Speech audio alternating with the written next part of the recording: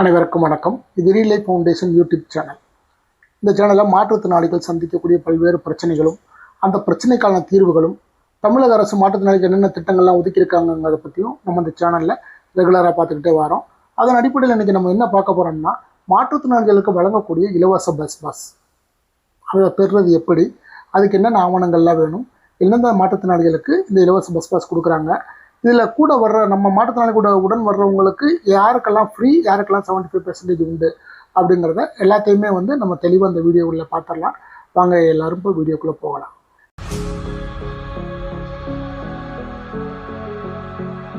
மாற்றுத்திறனாளிகள் கூட இலவச பஸ் இது யார் கொடுக்குறாங்க அப்படின்னா, கைகால் குறைபாடு, அறிவுசார் குறைபாடு, அப்புறம் பார்வையற்றோர், இவங்க எல்லாத்துக்குமே 100% ஃப்ரீ. இது எப்படி ஃப்ரீ அப்படிங்கிறதுனா, ஒரு மாவட்டத்தில் ஒரு 100 to 150 சரௌண்டிங்குள்ளே இருக்கிறதா ஒரு மாவட்டம். அந்த மாவட்டத்துக்குள்ளே இந்த மாற்றுத்திறனாளிகள் பஸ்ஸில் தாராளமாக ஃப்ரீயாக போய்க்கலாம்.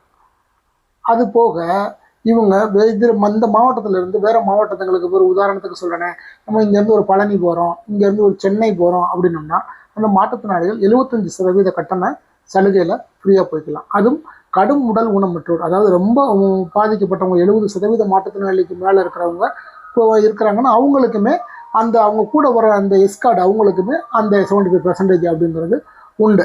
அது போக இதில் இந்த இதுக்கு அப்ளை பண்ணுறதுக்கு என்னென்ன டாக்குமெண்ட் வேணும் அப்படின்னு கேட்டிங்கன்னா, முதல்ல UDID card, Aadhaar card, smart card, photo. அது போக இது யார் கொடுக்குறாங்க, என்னென்ன கேட்டகரியில் உள்ள மாற்றுத்திறனாளி கொடுக்குறாங்கன்னா, பார்வைத்திறன் குறைபாடு உள்ளவங்களுக்கு நீங்கள் தமிழ்நாடு முழுவதுமே 100% ஃப்ரீயாக போய்க்கலாம். அது போக 100 கிலோமீட்டர், அதான் நான் முதலே சொன்னேன் இல்லையா, இப்போ ஒரு பார்வையற்ற மாற்றுத்திறனாளி இந்த பத்தி விற்கிறது, சூடம் விற்கிறது, இந்த சாம்பிராணி விற்கிறது, இவங்கெல்லாம் போகிறாங்க இல்லையா, ஒரு இதுலேருந்து இன்னொரு ஒரு கிராமத்துக்கு போகிறதுக்கு, அவங்களுக்கெல்லாம் இது கம்ப்ளீட்டாக ஃப்ரீ. அதில் எந்த விதமான மாற்றம் கிடையாது. அப்புறம் அறிவுசார் குறைபாடு உள்ளவங்க அப்படின்னா, மன வளர்ச்சி குன்றியவர்கள், அவங்களுக்குமே 100% ஃப்ரீ. அது இல்லை, இதில் இன்னொன்று என்னென்னா, அவங்களுக்கு வர்ற எஸ்கார்டுக்குமே 100% ஃப்ரீ. அவங்க ஸ்கூலுக்கு போகிறதுனாலும் சரி, வேலைக்கு போகிறதுனாலும் சரி, அவங்க எங்கேயாவது கூட்டிகிட்டு போனாலும் சரி, ஹாஸ்பிட்டல் போகிறதுனாலும் சரி, எங்கே போனாலும் சரி, அவங்க கூட வர்ற எஸ்கார்டுக்குமே 100% ஃப்ரீயாக கொடுத்துட்றாங்க. அதுபோக இயக்க குறைபாடு, லோக்கல் மோட்டார் டிசபிலிட்டி அப்படிங்கிறவங்களுக்கு 100 கிலோமீட்டர் சரௌண்டிங்குள்ளே, அவங்க அதாவது ஒரு மாவட்டத்துக்குள்ளே சொல்கிறாங்க, ஒரு மாவட்டம் 100 கிலோமீட்டர் இருக்கலாம், 150 கிலோமீட்டர் இருக்கலாம், எவ்வளோ நாள் இருக்கலாம், அவங்களுக்குமே பார்த்திங்கன்னா 100% ஃப்ரீ. அதில் கடுமையான மாற்றத்தில் 75% மேலே இருக்கிறாங்க, அவங்க தூக்கிட்டு தான் போக முடியும், தவழ்ந்து போகிறாங்க, அவங்களால ஒரு துணை இல்லாமல் போக முடியாது. இப்போ தவழ்ந்து போகிறவங்களாம் அவங்களால பஸ்ஸு படிக்கல ஏற முடியாது. இப்போ உங்களுக்கு தெரியும், நீங்கள் நார்மலான பர்சன் தான், நிறைய பேர் இந்த பஸ்ஸுலலாம் பார்த்தீங்கன்னா படியெல்லாம் ரொம்ப ஹைட்டு. எல்லா பஸ்ஸும் தாழ்தள பேருந்தில் தான் தாழ்தளமாக இருக்குது. இப்போ எல்லா பஸ்ஸுமே ப்ரைவேட் பஸ் ஆகட்டும், கவர்மெண்ட் பஸ்ஸு, எல்லா பஸ்ஸுமே படி உயரம். யாராவது ஒரு ஆள் உதவி பண்ணால் மட்டும்தான் அவங்களால பஸ்ஸுக்குள்ளே ஏறியே போக முடியும். அந்த மாதிரி ஊனம் இருக்கிறவங்களுக்கு அவங்களுடைய எஸ்கார்டு அவங்களுக்கு 75% டிஸ்கவுண்ட் கொடுத்துட்றாங்க. இது எப்படி அப்ளை பண்ணலாம் அப்படின்னா, நீங்கள் என்ன செய்றீங்கன்னா, முன்னாடி பார்த்தீங்கன்னா Aadhaar card, ration card, UDID card, அப்புறம் நம்ம எங்கே வேலை பார்க்குறோமோ அதை வாங்கிட்டு நம்ம போகணும். இது என்ன வேலை பார்க்குறது அப்படின்னா, ஒரு மாற்றுத்திறனாளியாக இருக்கிறவர் அவர் என்ன செய்கிறாருன்னா, இங்கேருந்து ஒரு 10-20 கிலோமீட்டர் தள்ளி ஒரு டெய்லர் கடையிலையோ, ஒரு டீ கடையில் கல்லாலையோ, ஒரு ஹோட்டலில் கேஷியராகவோ, ஒரு கம்பெனியில் கிளர்க்காவோ இருக்கிறாங்கன்னா, அவங்க டெய்லி போயிட்டு வர்றதுக்கு அவங்களுக்கான அந்த பாஸ் வாங்குறதுக்கு என்ன செய்யணும்னா, அந்த கம்பெனிலையும் அந்த நிறுவனங்கள்லேயும் ஒரு லெட்ரு வாங்கணும். இந்த மாதிரி அனுப்புனார், பெறுநர் போட்டு, இவர் எங்களுடைய நிறுவனத்தில் இத்தனாண்டு காலமாக வேலை பார்க்குறாரு, இவர் டெய்லி போயிட்டு வர்றதுக்கு சிரமப்படுறாரு, அவருக்கு இலவச பஸ் வழங்குங்க அப்படிங்கிற மாதிரி இந்த நிறுவனத்துலேருந்து லெட்ரு வாங்கி அதையும் சேர்த்து கொண்டு போய் முன்னாடி போய் நம்ம மாற்றுத்திறனாளி ஆஃபீஸில் கொடுப்போம். இப்போ அது தேவையில்லை. அதை எப்படி இப்போ சிம்பிளிஃபையாக மாற்றிருக்காங்க அப்படின்னா, அது எல்லாத்தையுமே பார்த்தீங்கன்னா இ-சேவை மையத்தில் கொண்டு வந்துட்டாங்க. நீங்கள் என்ன செய்றீங்க, நீங்கள் போனாலும் சரி, வேறு யார் நம்ம உடன் பிறந்தவங்க, அண்ணன் தம்பி, அக்கா தங்கச்சி, அம்மா அண்ணா, யாருனாலும் சரி, யாராவது ஒரு ஆள் என்னென்ன கொண்டு போகணும், ஒரு passport size photo, Aadhaar card, அப்புறம் நம்ம ரேஷன் கார்டுங்கிற ஸ்மார்ட் கார்டு, அப்புறம் நம்ம யூடிஐடி கார்டு, அந்த டாக்டர் சர்டிஃபிகேட்டு, அது போக பார்த்திங்கன்னா அந்த நிறுவனத்துலேருந்து வாங்கினது.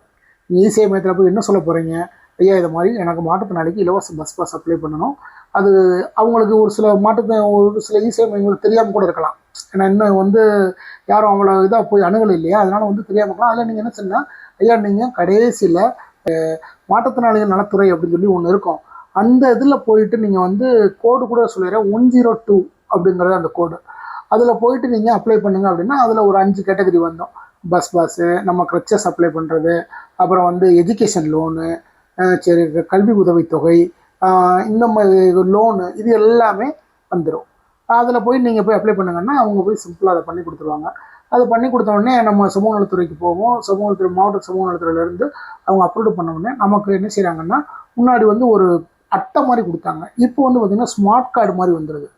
நம்ம ஆதார் கார்டு பிவிசி கார்டு வச்சுருக்கோம் பார்த்திங்கன்னா, ஒரு சில பேர் அட்டை மாதிரி வரும், மழையில் பெஞ்சாலும் தண்ணி நனையாத மாதிரி உள்ள பிவிசி கார்டு மாதிரி இப்போ வந்துடுது. அதை நம்ம ஈஸியாக பாக்கெட்டில் வச்சுக்கலாம். அது எங்கேயாவது வெளியே போனோம்னா ஜெராக்ஸ் எடுத்து கொடுத்துக்கலாம்.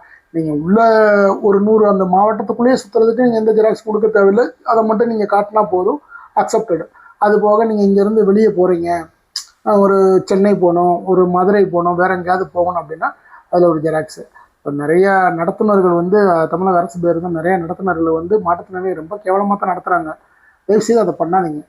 உங்கள் வீட்டிலையும் இதை மாதிரி ஒரு குழந்தை இருந்தால், ஒரு பிள்ளை இருந்தால் எப்படி நீங்கள் நடத்துவீங்களோ அந்த மாதிரி நடத்துங்க. நாங்கள் உங்கள்கிட்ட பிச்சை கேட்கல, எதுவும் கேட்கல, காசு பணம் கொடுங்க, நான் கஷ்டப்படுறேன், சாப்பிட்றதுக்கு வழி இல்லாமல் இருக்கேன் அப்படின்னு கேட்கல. அரசு கொடுத்துருக்க நலத்திட்டத்தை எங்களை நாங்கள் பயன்படுத்த விடுங்கன்னு தான் சொல்கிறோம். ஃபோட்டோ நல்லா இல்லை, அது நல்லா இல்லை, இது நல்லா இல்லை, இது கருப்பாக இருக்குது, இது ப்ளூவாக இருக்குது, சிகப்பாக இருக்குது அப்படிங்கிறது சொல்லாதீங்க. இதில் ஏமாற்றி இந்த பஸ்ஸில் நாங்கள் ஏமாற்றி நாங்கள் என்ன பண்ண போகிறோம்? நீங்களே நடக்க முடியாதவங்கிறது நீங்களே கண்ணார பார்க்குறீங்க. கண்ணார பார்த்து ஏன் அந்த ஐடி கார்டுலையும் அந்த யூடிஐடி கார்டுலையும் இதில் இருக்கிறது போட்டால் நல்லா இல்லை, அது நல்லா இல்லை, இது நல்லா இல்லை, இது சரியில்லை, இதை மாட்டுங்க, அது மாதிரி நீங்கள் ஏன் சொல்கிறீங்க? உங்கள் கையிலேருந்து காசு கொடுக்க போகிறதுல இல்லை, அரசு தானே ஏற்றுக்கிடுது. அரசு தானே அந்த இதுவுமே அந்த டாக்குமெண்ட்டுமே கொடுக்குது. அந்த யூடிஐடி கார்டாக இருக்கட்டும், அந்த பஸ்ஸு பேருந்து அந்த டிக்கெட்டை அந்த அந்த அட்டையாக இருக்கட்டும், யார் கொடுக்குறா? அரசு தானே கொடுக்குது. அப்போ நீங்கள் அரசுக்கு தான் கேட்கணும். எங்களையும் வஞ்சிக்கிறீங்க. முதல்ல ஒரு பஸ்ஸில் ஃபுல் கூட்டமாக இருக்க பஸ்ஸில் ஒரு மாற்றுத்திறனாளி ஏறினார்னா அவருக்கு முதல்ல நீங்கள் மரியாதை கொடுத்து யாராவது ஐயா எந்திரிங்க, அவர் மாற்றுத்திறனாளி இருக்கார், உட்கார விடுங்க அப்படின்னு எந்த நடத்தணும்னாரு சொல்கிறாங்களா? கிடையாது. அந்த மாற்றுத்திறனாளி ஒன்று நின்றுக்கிட்டு வரணும், இல்லைன்னா அந்த ஸ்டெப்ஸு அது பக்கத்தில் உள்ளதில் ஏதாவது உட்காந்துக்கிட்டு வரணும். முதல்ல பொதுமக்கள் வந்து மாற்றுத்திறனாளிகளை இப்போ முன்னாடி எப்படியோ இருந்தாலும் சரி, இப்போல்லாம் நிறையா வந்து மதிக்க ஆரம்பிச்சிட்டாங்க. நிறையா உதவிகள் பண்ணுறாங்க, விழிப்புணர்வுலாம் நிறையா வந்துருச்சு. நான் எல்லாரையுமே தப்புன்னு சொல்லலை. ஒரு 85% கரெக்டாக இருக்கிறாங்க, ஒரு 10 to 15% தான் இந்த மாதிரி இருக்கிறாங்க. அதையுமே மாற்றணும். நம்ம வீட்டில் ஒரு குழந்தை இருக்குது அப்படின்னா அந்த குழந்தைய நம்ம எப்படி நடத்துவோம்? தூக்கி வெளியே எரிஞ்சிருமா? ஏற்கனவே மாற்றுத்திறனாளிக்கு மதிப்பு கிடையாது. நிறைய வீடுகளில் நிறைய மாற்றுத்திறனாளிகளை சோம்பேறியாக இருக்க, திண்டு தூங்குற, வேலை வெட்டிக்கு போக மாட்டேங்கிற, அதை பண்ண மாட்டேங்கிற, இதை பண்ண மாட்டேங்கிறேன்னு தான் சொல்லி நிறைய சத்தம் போடுறாங்க. அந்த மனவேதனையும் மிகப்பெரிய மனவேதனை. அதில் நாங்கள் அந்த பஸ்ஸில் வரும்போதும் எங்களை இந்த மாதிரி எல்லாம் கேவலப்படுத்துறது வந்து ரொம்ப சங்கடமான விஷயம். அதனால் மாற்றுத்திறனாளிகள் ஏதாவது உங்களுக்கு ஐடி கார்டோ இதை மாதிரி கொடுத்தாங்கன்னா அதை அக்செப்ட் பண்ணுங்கள். அது நாங்கள் எங்கே தப்பு இல்லை. ஃபோட்டோ தப்பாக வர்றதையும் ஃபோட்டோ இதாக இருக்கிறத நாங்கள் கரெக்டாக தான் கொடுக்குறோம். அது பிரிண்ட் ஆகி வர்றப்போ நாங்கள் என்ன செய்ய முடியும்? இது நீதான அடையாளம் தெரியலன்னா அதுக்கு என்ன செய்ய முடியும்? தயவுசெய்து நடத்துனர்கள் அனைவரும், எல்லாரையுமே நான் சொல்லலை, ஒரு சிலவருங்க எல்லாருமே நல்லவங்களும் இருக்கிறாங்க, எல்லாமே பண்ண தான் செய்கிறாங்க. இந்த மாதிரி மாற்றுத்திறனாளிகள் வந்தாங்க அப்படின்னா அவங்கள ஆதரிங்க, அக்செப்ட் பண்ணுங்கள். அவங்க கொடுக்குற டாக்குமெண்ட்டை வாங்கி நீங்கள் செக் பண்ணுங்கள், வேண்டான்னு சொல்லலை. கரெக்டான டாக்குமெண்ட் தான் கொடுப்பாங்க. இந்த மாற்றுத்திறனாளி இந்த ஒரு பஸ் விஷயத்தில் ஏமாத்துறது போகிறது இல்லை. அதனால் நான் மாற்றுத்திறனாளிகளுக்கு இன்னும் என்ன சொல்லிக்கிறேன்னா, நீங்களுமே வந்து நடத்துனர் பேருந்தினர்கிட்டலாம் வந்து போகும்போது நீங்களுமே கொஞ்சம் மரியாதையாக பேசி நடந்துக்கணும். நான் அப்படித்தான் இருப்பேன், இப்படித்தான் இருப்பேன் அப்படிங்கிறது வேண்டாம். நம்மளை எல்லாரும் இறக்கப்படணும், அது மாதிரி நடந்துக்கோங்க. முகம் சுளிக்கிற அளவுக்கு எந்த மாற்றத்திலும் நடந்துக்கிட வேணாம். எல்லா மாற்றுத்திறனாளிகளும் சொல்லலை, ஒரு சில மாற்றுத்திறனாளிகள் நடந்துக்கிறத வச்சு நம்ம பேரும் சேர்த்து பாதிக்கும். எல்லாருமே அவங்களாம் இப்படி தான் இருப்பாங்க அப்படிங்கிற மைண்ட் செட்டுக்கு வந்துடுவாங்க, மக்கள் வந்துடுவாங்க. அதனால் அப்படி இருக்க வேண்டாம். இந்த இலவச பஸ்ஸில் யூஸ் பண்ணுங்கள்.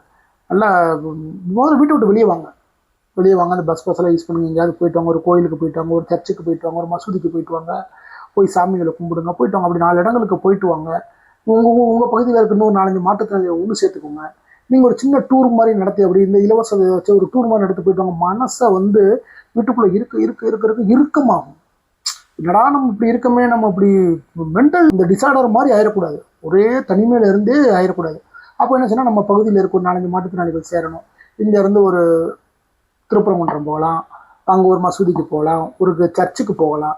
இந்த மாதிரி இடங்கள்லாம் போய் நம்ம மனசை வந்து அப்படி கொஞ்சம் ஃப்ரீயாக பண்ணணும், 4 பேரை பார்க்கணும், செய்யணும்.